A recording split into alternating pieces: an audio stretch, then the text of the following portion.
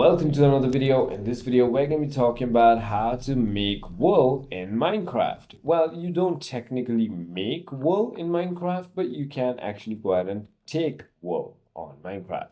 Now, what you want to do is, firstly, you want to make some shears. Now, how do you make some shears, you might be asking? What you need to do is simply go ahead and head to a crafting table. And this is where you want to put the iron ingot in the way I'm going to go ahead and show you to you.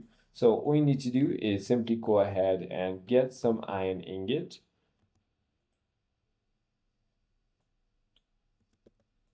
And then put it diagonally, just like that, which will give you some shears. Now, once you have shears, all you need to do is locate or find some sheep. And as you can see, I have plenty of them around my house.